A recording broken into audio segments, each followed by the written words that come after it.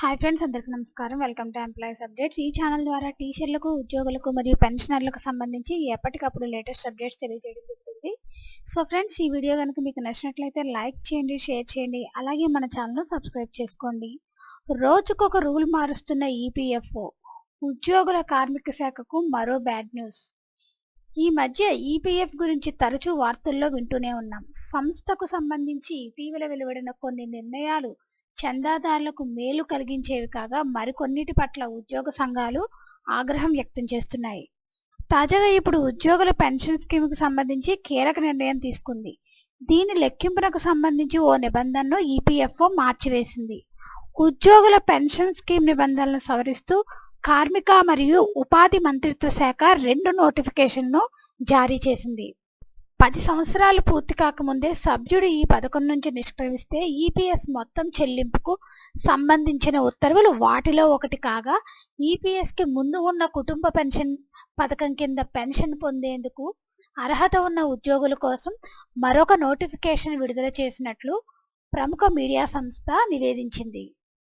EPS నిబంధనల ప్రకారం ఓ సభ్యుడు 10 ఏళ్ల పాటు సర్వీసును పూర్తి చేసినట్లయితే పెన్షన్ పొందేందుకు అర్హులవుతారు. కాగా ఆ వ్యవధికి ముందే స్కీమ్ నుంచి ముందస్తుగా నిష్క్రమిస్తే పెన్షన్కు బదులుగా ఒక లంసమ్ అమౌంట్ ఇవ్వబడుతుంది. ఇందుకు గాను అర్హత పొందే మొత్తం చెల్లింపునకు లెక్కించడానికి వినియోగించే టేబుల్ డీకి ఇప్పుడు కార్మిక శాఖ మార్పులు చేసింది.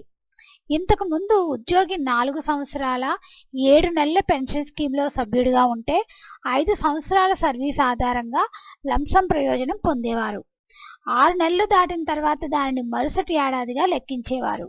కానీ ఇప్పుడు ఆ ఉద్యోగి సర్వీసుకు సంబంధించి 55 నెలల ప్రాతిపదికనే ఏక మొత్తాన్ని అందుకుంటారు.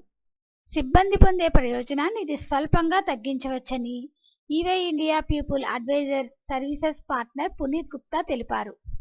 ఇక ఫ్యామిలీ పెన్షన్ స్కీమ్ కింద అర్హులైన సభ్యులకు పెన్షన్ ప్రయోజనాలు ఫ్యాక్టర్ నెంబర్స్ ఆధారంగా లెక్కించబడతాయి. ఇది సభ్యుని పూర్తయిన సంవత్సరాల ఆధారంగా ఒక సంఖ్యను కేటాయిస్తుంది. ఈ సంఖ్య ఉద్యోగికి చెల్లించాల్సిన పెన్షన్ ప్రయోజనాలను ఎన్ని సంవత్సరాల సర్వీస్ ప్రకారం లెక్కించాలో తెలుసుకోవడానికి ఉపయోగపడుతుంది. గతంలో 34 ఏళ్ల వరకు సర్వీస్ పూర్తి చేసిన సభ్యుల కోసం ఈ ఫ్యాక్టర్ అందుబాటులో ఉండేది. అంతకు పైబడిన వారికి ఎలాంటి ఫ్యాక్టర్ అందించలేదు. సో ఫ్రెండ్స్, రోజుకొక రూల్ మారుస్తున్న ఈపీఎఫ్ఓ ఫ్రెండ్స్, దీనికి సంబంధించిన ఎటువంటి అప్డేట్ వచ్చినా మన ఛానల్లో తెలియజేయడం జరుగుతుంది.